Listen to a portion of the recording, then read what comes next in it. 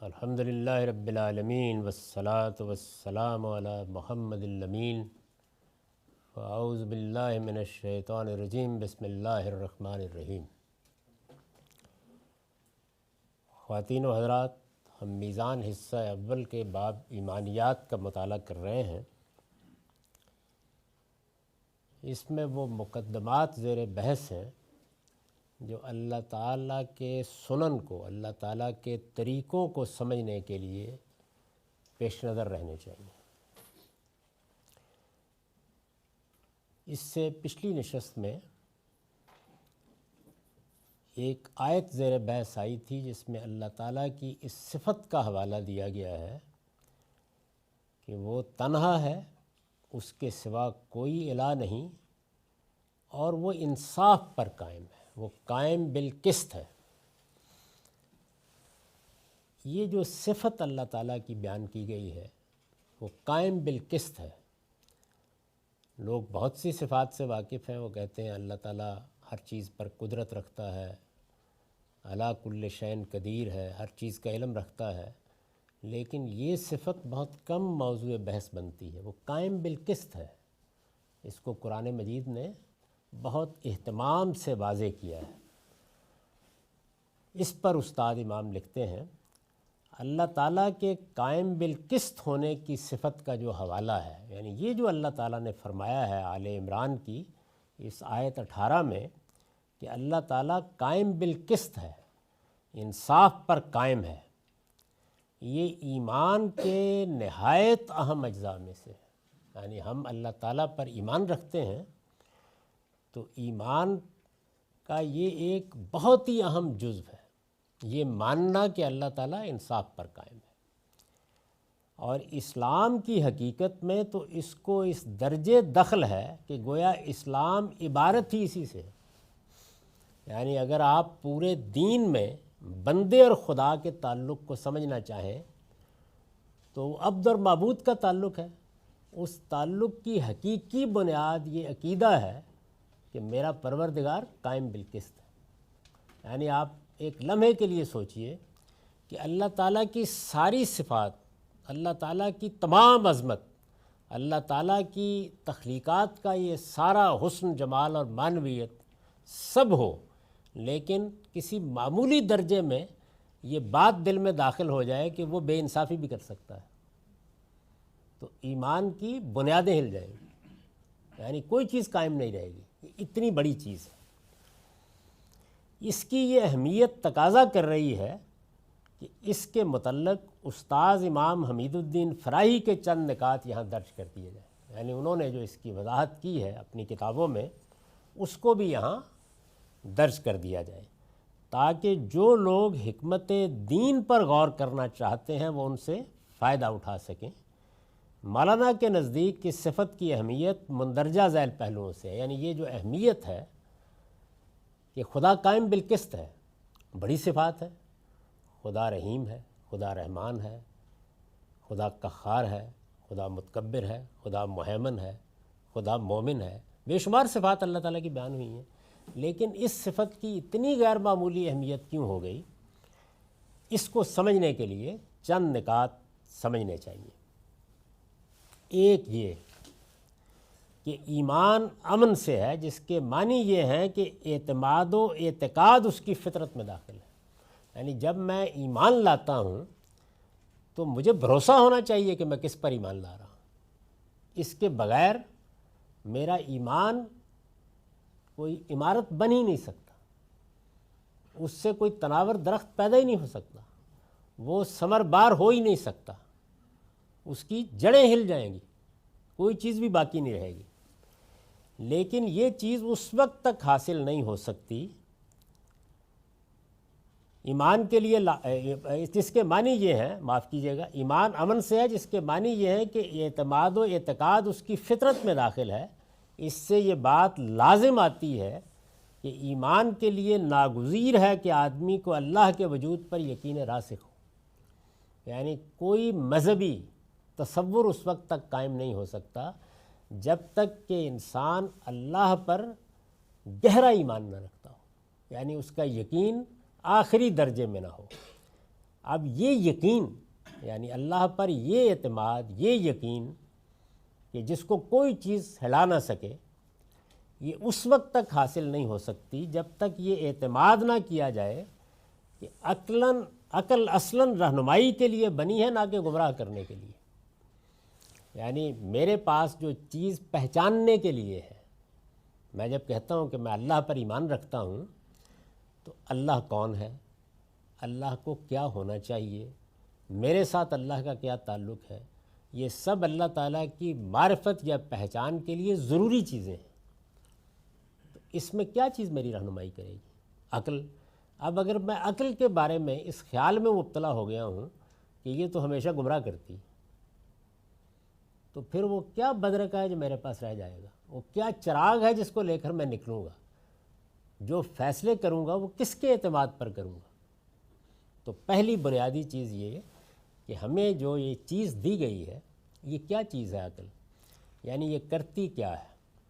اگر آپ اپنے علم کا تجزیہ کریں، اور میں نے حال میں کچھ نشستوں میں اس کا تجزیہ کیا ہے تفصیل کے ساتھ، اپنے علم کا تجزیہ کریں تو ہمارے اندر حکم لگانے کی صلاحیت رکھی گئی ہے، اور اشیاء اور تصورات وہ پھیلے ہوئے ہیں، کچھ باطن میں کچھ خارج میں۔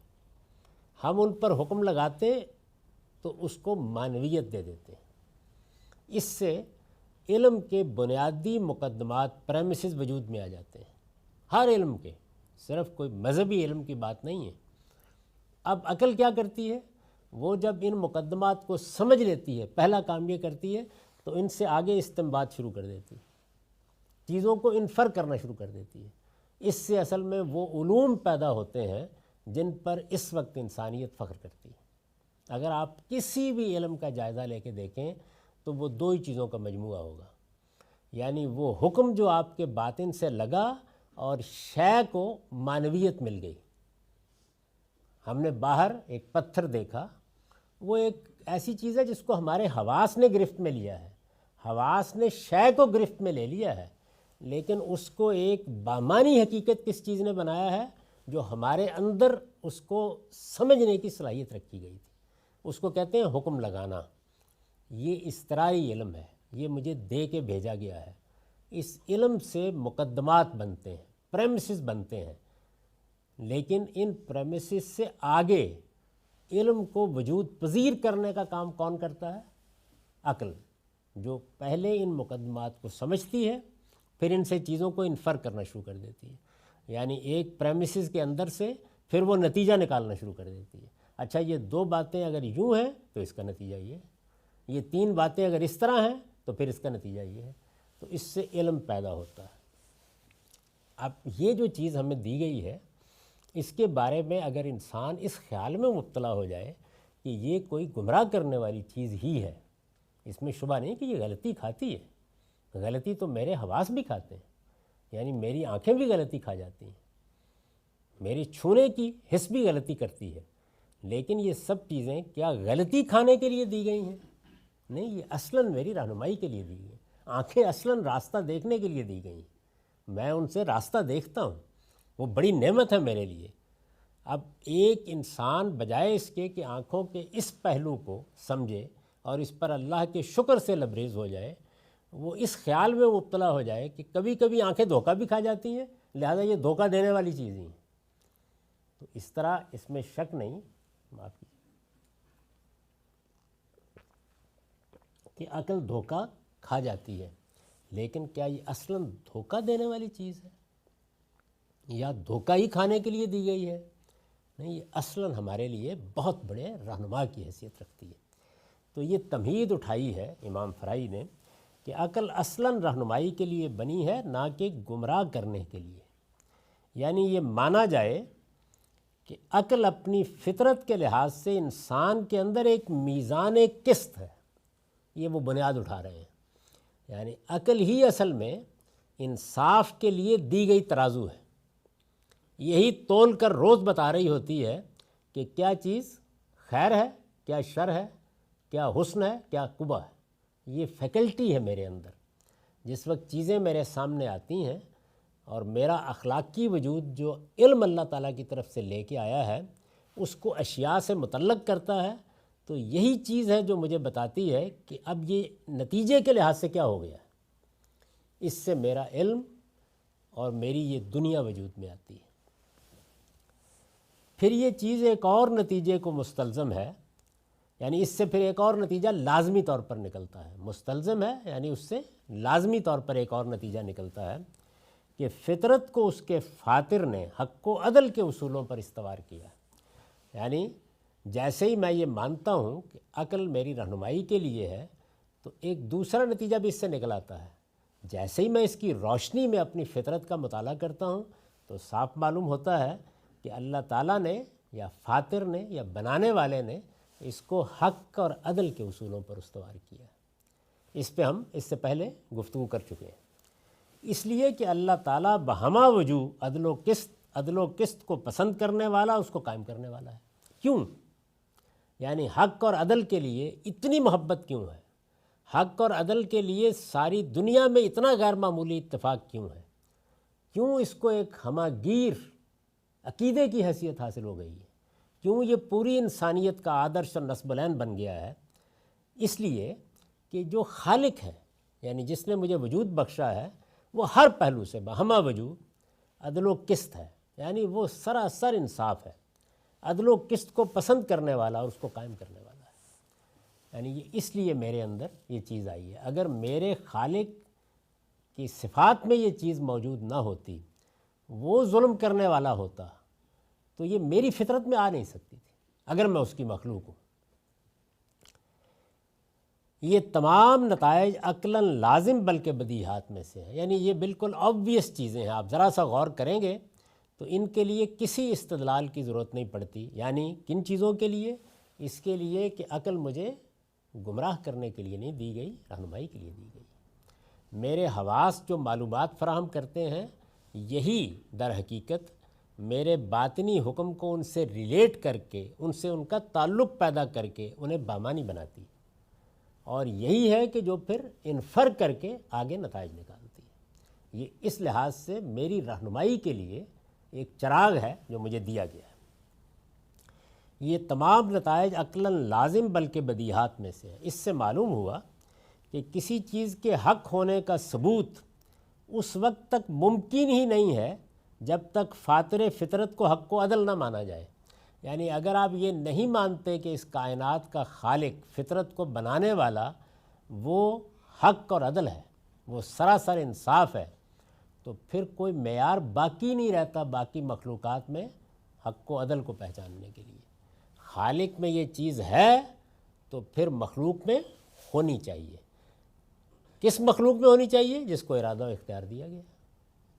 جس کو یہ چیز نہیں دی گئی، وہ تو خود اس کی بنائی ہوئی جبلت کی پابند ہے، وہ اس کے مطابق کام کرے گی۔ چنانچہ تمام جانوروں کو ہم ایسے ہی دیکھتے ہیں۔ اسی سے اس کے تمام افعال کا حق و صدق ہونا ثابت ہوگا۔ یعنی یہی وہ چیز ہے کہ جس سے یہ معلوم ہوگا کہ جو کام بھی اس کائنات کا پروردگار کرتا ہے وہ حق ہوتا ہے، وہ سچائی پر مبنی ہوتا ہے۔ جس طرح عقلاً یہ چیز لازم ہے، اسی طرح اخلاقی مسلمات سے بھی اس کا ثبوت فراہم ہوتا ہے۔ یعنی عقل بھی یہی کہتی ہے، اور وہ چیزیں جو ایک مورل بینگ کی حیثیت سے، ایک اخلاقی وجود کی حیثیت سے ہم مانتے ہیں یا ہماری مانی ہوئی چیزیں ہیں، ان سے بھی یہی بات معلوم ہوتی ہے۔ اب یہ تو ایک بات ہوئی، اس اجمال کی ہم تفصیل کرتے ہیں۔ اس اجمال کی تفصیل یہ ہے، یعنی یہ ایک بنیادی بات کہی، اب اس کی تفصیل کیا ہے کہ نیکی کو اللہ تعالیٰ نے فطرت میں داخل کیا ہے۔ یعنی پہلے یہ بات واضح ہونی چاہیے کہ یہ جو نیکی ہے، یا میں اس کا شعور رکھتا ہوں کہ یہ نیکی ہے، یا میں اس کو پسند کرتا ہوں کہ یہ نیکی ہے، تو اس کو فاطر فطرت نے، بنانے والے نے میرے اندر داخل کیا ہے۔ یہ باہر سے کہیں نہیں آ رہی چیز، یہ میرے باطن کا حکم ہے، اور دلوں میں اس کو قبول کرنے اور اس کی عزت کرنے کی رغبت ودیت فرمائی ہے۔ یعنی میں اپنے باطن ہی سے یہ چیز لے کے آیا ہوں۔ چنانچہ اس کا تجربہ کرنا ہو تو ہمارے ہاں بچہ پیدا ہوتا ہے، ظاہر ہے کہ پہلے مرحلے میں اپنے بہت سے انسانی اوصاف کا اظہار نہیں کرتا۔ مثلاً اس کی جنسی جبلتی کا ظہور بہت دیر بعد ہوتا ہے، اس کے عقلی فیصلوں کا ظہور بہت دیر بعد ہوتا ہے، لیکن جس وقت یہ ظہور ہونے کی عمر آ جاتی ہے تو پھر معاملے کی نوعیت یہ نہیں ہوتی کہ جیسے آپ طوطے کو کچھ الفاظ رٹائیں گے تو وہ ان کو پکارتا رہے گا، یہ نہیں ہوتا۔ دیکھیے بولنے کی صلاحیت اس میں بھی ہے، لیکن دو میں فرق کیا ہے؟ فرق یہ ہے کہ وہاں جو الفاظ آپ نے رٹوا دیے ہیں ان کو وہ دہراتا رہے گا۔ ادھر کیا ہے؟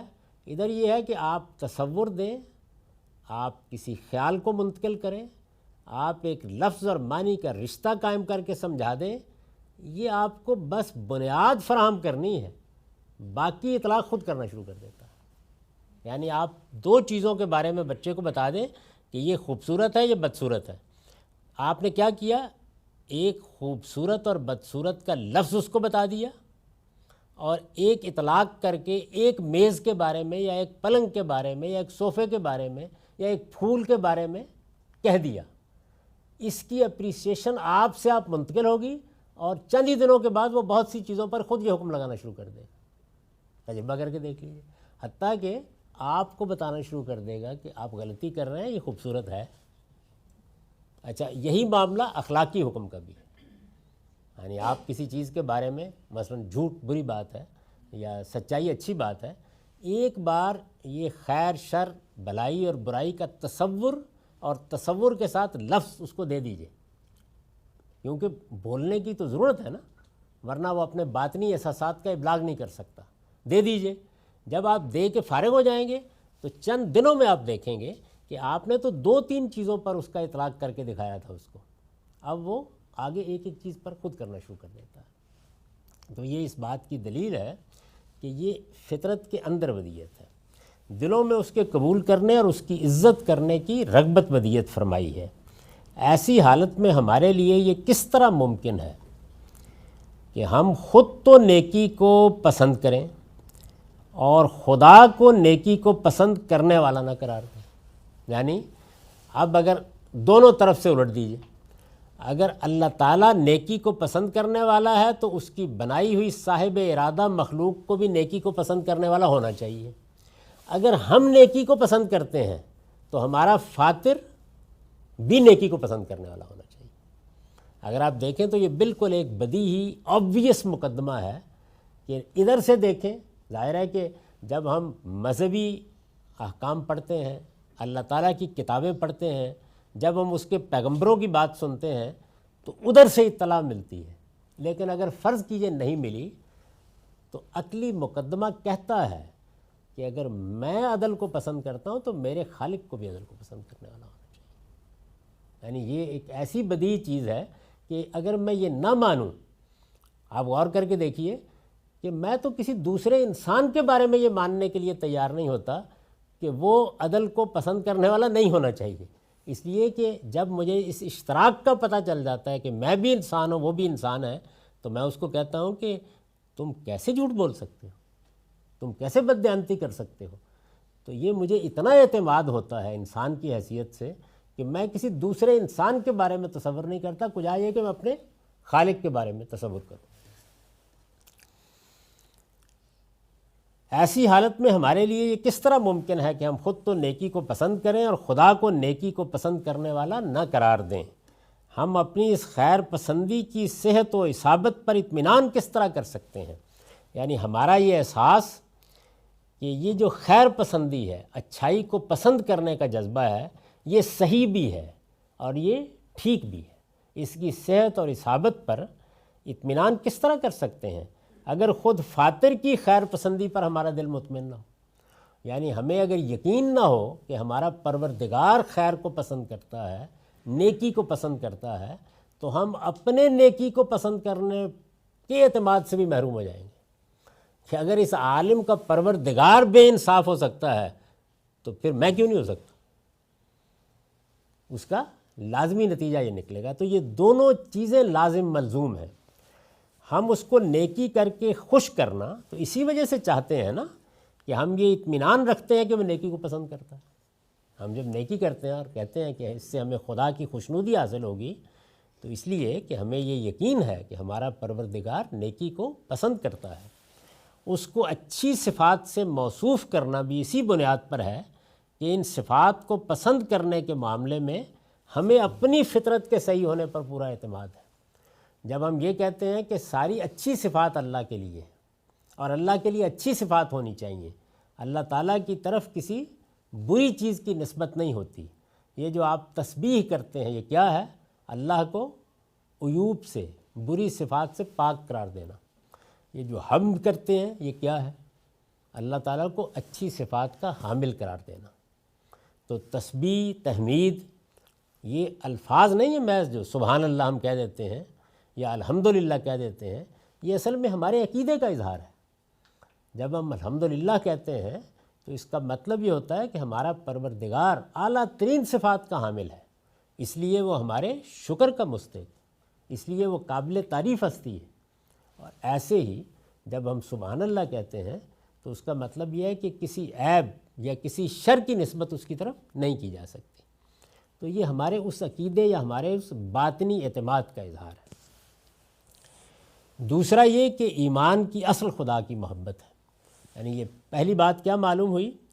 پہلی بات یہ معلوم ہوئی کہ ہمارا عدل کو پسند کرنا لازم کرتا ہے کہ ہمارا پروردگار بھی عدل کو پسند کرے، اور اللہ کا یا ہمارے فاطر کا یا ہمارے پروردگار کا عدل کو پسند کرنا ایک صاحب ارادہ مخلوق میں لازماً اس صفت کو منتقل کرے گا، یعنی یہ لازم ملزوم ہے دونوں چیزیں۔ دوسرا یہ کہ ایمان کی اصل خدا کی محبت ہے، یعنی جس طرح ایمان اس اعتماد کا تقاضا کرتا ہے اسی طرح وہ اپنے معبود کے ساتھ محبت کا تقاضا کرتا ہے۔ ایمان کی اصل خدا کی محبت ہے، ہم ایک ایسے معبود پر ایمان رکھتے ہیں جس سے ہم محبت کرتے ہیں، جس سے امید رکھتے ہیں اور جس کی خوشنودی چاہتے ہیں۔ محبت بھی کرتے ہیں، امیدیں بھی رکھتے ہیں، اسی لیے تو دعائیں کرتے ہیں، اور نیکی کرتے ہیں تو اس کی خوشنودی چاہتے ہیں کہ وہ اس چیز کو پسند کرے گا۔ یہ چیز اس وقت تک ممکن ہی نہیں ہے جب تک ہمیں یہ یقین نہ ہو کہ وہ ظلم اور ناانصافی کے ہر شائبے سے پاک ہے، یعنی یہ ہو نہیں سکتا، محبت نہیں ہو سکتی۔ محبت اسی وقت ہوگی جب کہ یہ اعتماد ہوگا کہ میرے پروردگار سے ظلم اور ناانصافی اس کا صدور ہو ہی نہیں سکتا، ممکن نہیں۔ وہ جو قرآن میں تعبیریں اختیار کی ہیں نا کہ لا یظلمون فتیلا، لا یظلمون فتیلا، یعنی ادنا درجے میں بھی کسی ظلم کا ارتکاب اللہ تعالیٰ سے نہیں ہوگا۔ جی ارشاد۔ دعا میں اللہ تعالیٰ سے انصاف مانگنا چاہیے یا اللہ تعالیٰ سے انصاف مانگنے کی ضرورت ہی نہیں ہے، اس لیے کہ انصاف تو وہ لازماً کرے گا، انصاف اس کی صفات میں سے ہے۔ اسی چیز کا ہم یہاں مطالعہ کر رہے ہیں۔ یہ جو قائم بالقسط ہونا ہے اللہ تعالیٰ کا، یہ ہمارے ایمان کا تقاضا ہے۔ مانگی وہ چیز جاتی ہے کہ جو مقدمات میں موجود نہ ہو، لیکن رحمت کیوں مانگتے ہیں؟ اس لیے کہ رحمت کا اطلاق کچھ حدود قیود کا تقاضا کرتا ہے، یعنی ایک آدمی کسی دوسرے کے اوپر شدید ظلم کا ارتکاب کر کے جب رحمت چاہے گا تو اب اگر رحمت اس کو فوری طور پر حاصل ہو جائے تو یہ عدل کے بنیادی اصولوں کے خلاف ہوگی۔ تو اس لیے رحمت اس لیے مانگی جاتی ہے کہ یہ کچھ قیود حدود کے ساتھ ملنی ہے۔ جیسے قرآن مجید نے یہ کہا نا کہ ان رحمت اللہ قریب من المحسنین، اللہ کی رحمت اچھا رویہ اختیار کرنے والوں کے قریب ہوتی ہے۔ تو اس کا مطلب یہ ہے کہ رحمت کے لیے کچھ ہمیں بھی کرنا ہے، عدل کے لیے ہمیں کچھ نہیں کرنا، یعنی وہ تو اللہ تعالیٰ کی صفات کا تقاضا ہے، ہر حال میں ہونا ہے۔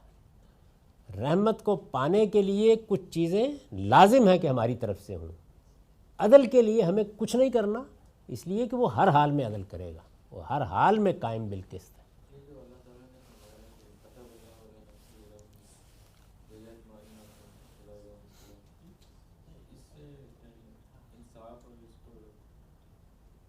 یہ بالکل ٹھیک کہا ہے کہ اگر میں انسانوں کو بنا کے اس طریقے سے ارادہ و اختیار دے کر ان کو انسانوں ہی کے رحم و کرم پر چھوڑ دیتا تو یہ تو میری رحمت کے بالکل منافی ہوتا۔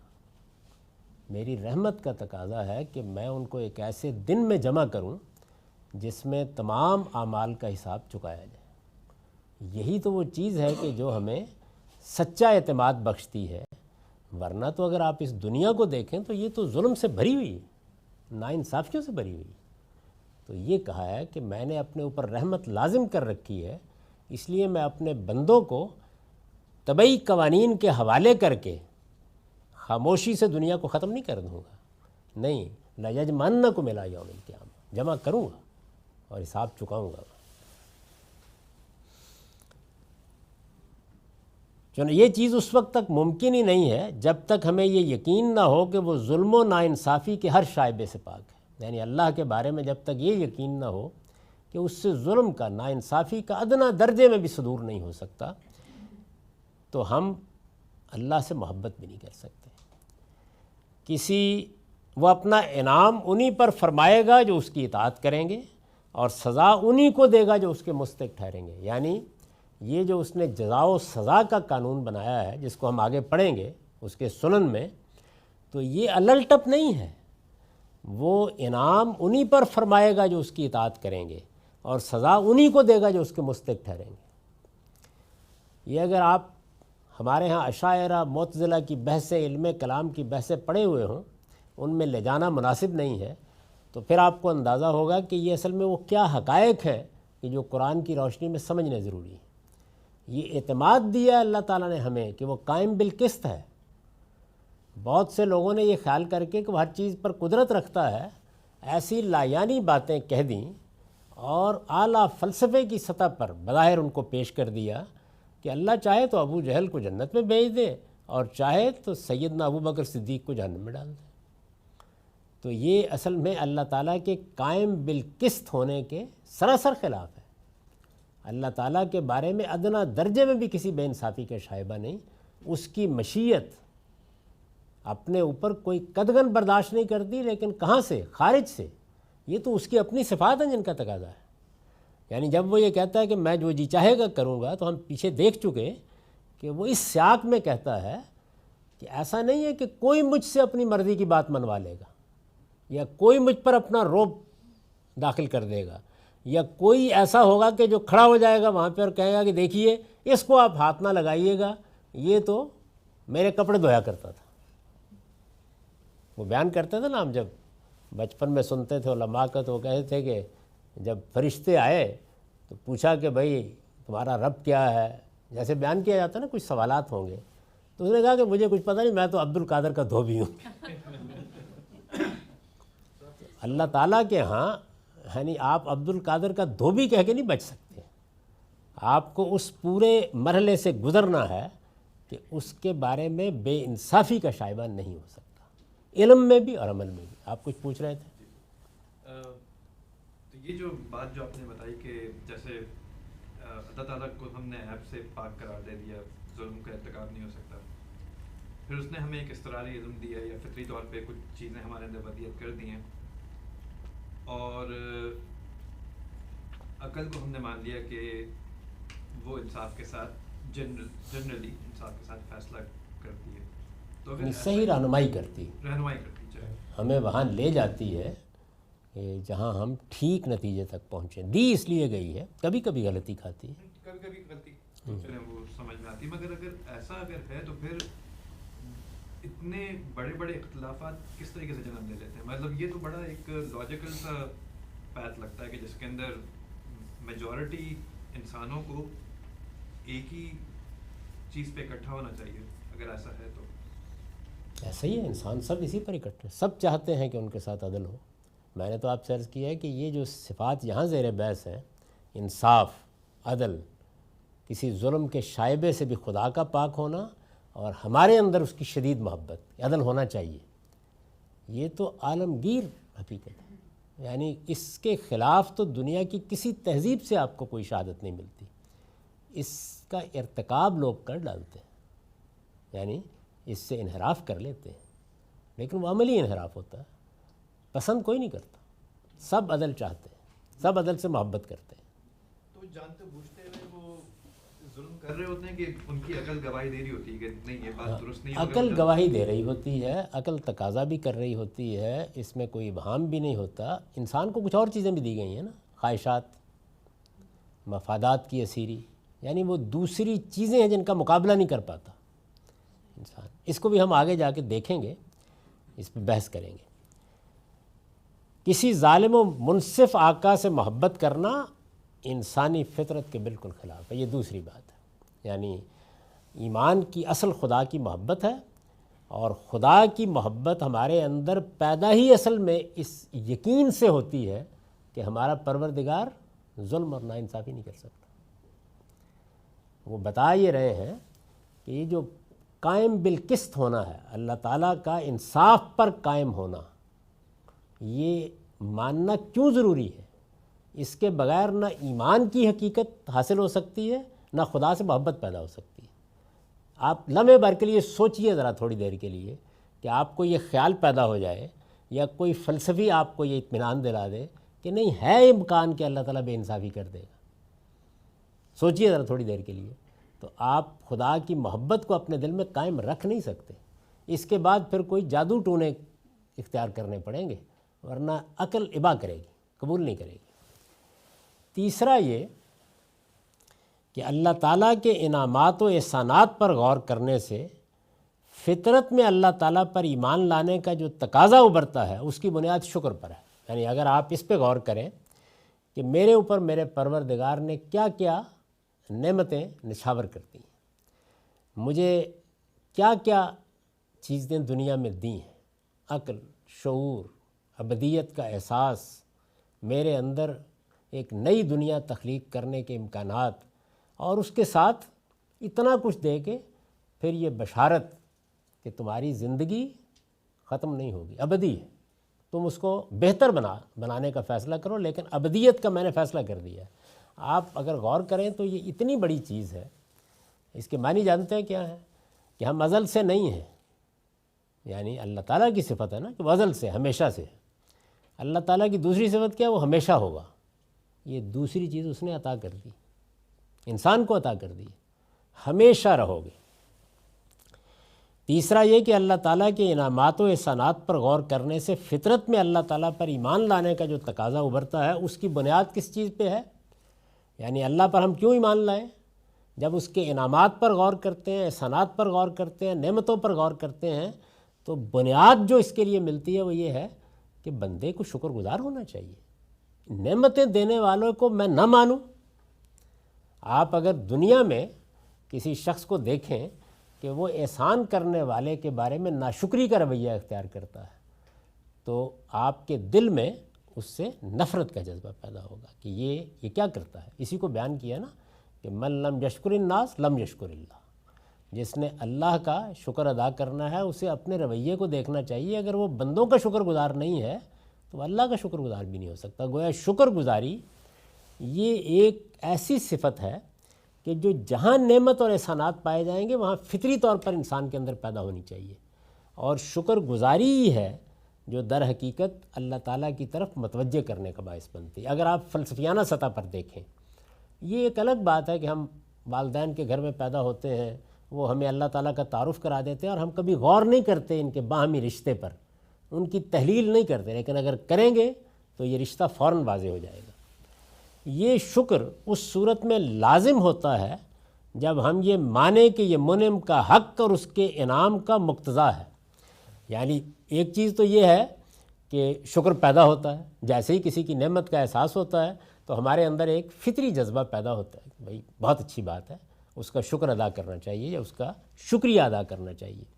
لیکن یہ لازم قرار پاتا ہے جس وقت ہم یہ سمجھتے ہیں کہ یہ تو اس کا حق ہے جس نے ہمارے ساتھ احسان کیا، منعم احسان کرنے والا۔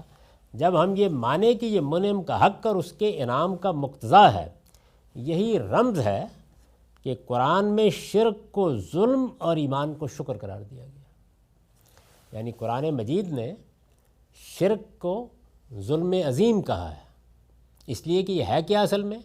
یہ خدا پر جھوٹ باندھنا، گویا اس کی ناشکری کر دینا ہے۔ دینے والا وہ اور آپ نے کسی اور کو شریک کر دیا، اور ایمان کو شکر قرار دیا گیا ہے۔ کہا گیا ہے نا کہ ہم نے انسان کو دونوں راستے دکھا دیے، اما شاکرم و اما کفورا، یعنی شکر گزاری گویا ایمان کا راستہ ہے اور ناشکری گویا کفر کا راستہ ہے۔ تو قرآن مجید نے اس کی فلسفیانہ بنیاد کی طرف اشارہ کیا ہے، اما شاکرم و اما کفورا، یعنی انسان کے پاس رستے ہی دو ہیں، یا اپنے پروردگار کی نعمتوں کے احساس سے شکر گزاری کا جذبہ پیدا ہوگا، نتیجہ ایمان، اور یا ناشکری کا رویہ پیدا ہوگا، نتیجہ کفر۔ تو اس لیے جب فلسفے کی سطح پر بیان کیا تو اما شاکرم و اما کفورا، اور جب مذہبیات کی سطح پر بیان کیا جاتا ہے تو وہاں ایمان کا لفظ استعمال کر لیا جاتا ہے۔ تو گویا حکمت اور فلسفے کی سطح پر جو شکر ہے وہی اصل میں مذہبی عقیدے کی سطح پر ایمان ہے، اور فلسفے اور فکر اور حکمت کی سطح پر جو چیز ناشکری ہے وہی اصل میں مذہبی اصطلاحات میں جا کر کفر میں تبدیل ہو جاتی ہے، وہ نتیجہ ہے اس کا۔ ورنہ اصل کیا ہے کہ میں نے دونوں راستے دکھا دیے، اما شاکرم و اما کفورا، یعنی بندہ یا شکر گزار ہوگا یا ناشکری اختیار کرے گا۔ اسی اصول پر تمام حقوق کے استحقاق کی بنیاد عدل کے وجوب پر رکھی گئی۔ اگر آپ تمام حقوق جو دنیا میں قائم ہوتے ہیں ان کے بارے میں الگ الگ کر کے بیان کریں تو یہ کہیں کہ والدین کا یہ حق ہے ادا کرو، بیوی کا یہ حق ہے ادا کرو، ہمسائے کا یہ حق ہے ادا کرو، آپ یہ سب نہ کہیں اور یہ کہیں کہ انسان پر عدل واجب ہے، تو اصل میں یہ تفصیلی تقریر اس ایک جملے میں سمٹ آئی، ادا ہو گئی۔ اسی اصول پر تمام حقوق کے استحقاق کی بنیاد عدل کے وجوب پر رکھی گئی کہ عدل واجب ہے، عدل میری فطرت کا تقاضا ہے، مجھے ہر حال میں عدل کرنا ہے، یہ مجھے بھی کرنا ہے اور میرا پروردگار بھی عدل ہی کرتا ہے۔ یہ شریعت اور قانون کی ایک بدیہی حقیقت ہے، اس وجہ سے ہر شریعت کی اساس و بنیاد قسط ہے۔ چنانچہ جب بھی اللہ تعالیٰ شریعت دیتے ہیں، قانون دیتے ہیں، تو قانون اوپر کھڑا ہے، نیچے کیا چیز کھڑی ہے؟ یعنی ابھی ہم نے کیا سمجھا کہ میری فطرت سے جو چیز ابھر کر آتی ہے سامنے وہ یا شکر ہے یا ناشکری ہے۔ تو شکر پر جو عمارت تعمیر ہونی ہے وہ ایمان کی ہے، اور ناشکری کے اوپر جو کسر بننا ہے وہ کفر کا ہے۔ یعنی بنیاد یہ ہے۔ بالکل اسی طریقے سے جو شریعت ہے، ساری کی ساری شریعت، خواہ وہ بنی اسرائیل کو دی گئی، خواہ وہ اس سے پہلے کی قوموں کو دی گئی، یا وہ ہمیں دی گئی ہے، خدا کی شریعت قانون کی سطح پر تو بہت سے احکام کا مجموعہ ہے، لیکن وہ بنیاد کیا ہے جس پر وہ کھڑی ہے؟ وہ کیا ہے؟ وہ قسط ہے، عدل ہے، انصاف ہے، اس پر کھڑی ہے۔ تمام شریعت اسی پر قائم کی گئی ہے۔ چوتھا یہ کہ ایمان کا ثمرہ اطاعت الہی ہے، یعنی جب آپ ایمان لاتے ہیں تو اس کا لازمی نتیجہ کیا ہونا چاہیے؟ وہ یہ کہ اللہ حکم دے تو مانا جائے۔ یعنی شکر نے ایمان پیدا کیا، ایمان نے اطاعت کو لازم ٹھہرا دیا، اور اطاعت کا ثمرہ اللہ تعالیٰ کی خوشنودی، یعنی یہ کوئی ترتیب کیا بنی، اللہ کی نعمتوں کا احساس پیدا ہوا، اس احساس نے شکر گزاری کا جذبہ پیدا کیا، شکر گزاری کے جذبے کو جب عقلی طور پر اس کائنات کے فاطر سے متعلق کیا گیا، بنانے والے سے متعلق کیا گیا، تو ایمان پیدا ہوا۔ ایمان پیدا ہوا تو اچھا میں نے اس کو مان لیا ہے، وہ اس کائنات کا خالق ہے، حکم دے گا تو مجھے ماننا چاہیے۔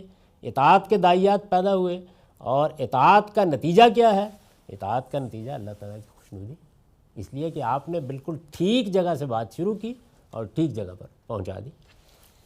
اللہ تعالیٰ نے ہر گوشے میں افعال اور اس کے اثرات میں یہ رشتہ اپنے خلق و تدبیر اور اپنے امر و حکم سے قائم کر رکھا ہے۔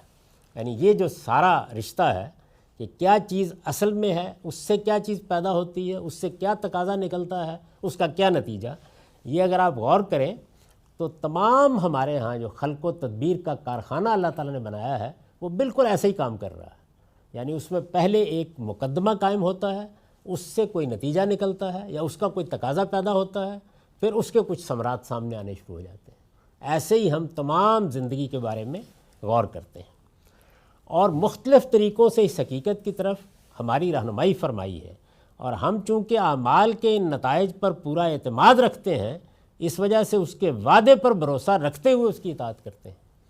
یعنی چونکہ ہمیں جس طرح دنیا میں علت و معلول کا قانون کار فرما نظر آتا ہے، یعنی ہم دیکھتے ہیں کہ ایک چیز سے دوسری چیز خود بخود نمودار ہوتی ہے، بالکل اسی طریقے سے ہمیں چونکہ یہ بھروسہ ہے کہ اللہ کے وعدے غلط نہیں ہو سکتے، وہ قائم بالقسط ہے، وہ انصاف پر قائم ہے۔ یہ نہیں ہو سکتا کہ وہ ہمیں یہ کہے کہ تم یہ کام کرو گے تو میں اس کے صلے میں تمہیں جنت دوں گا، اور اس کے بعد اچانک پتہ چلے کہ اس نے اپنا ارادہ تبدیل کر دیا۔ اس کے وعدے غلط نہیں ہو سکتے۔ یہ قائم بالقسط ہونے کا نتیجہ ہے نا، عدل اور انصاف پر قائم ہونے کا۔ اس پر ہم بھروسہ رکھتے ہیں تو چنانچہ اس کی اطاعت بھی کرتے ہیں۔ یہ بحث ابھی جاری ہے، اس میں چند اور چیزیں واضح کرنے کے بعد ہم انشاءاللہ براہ راست ان سنن کا مطالعہ شروع کر دیں گے جو آگے بیان ہوئی ہیں۔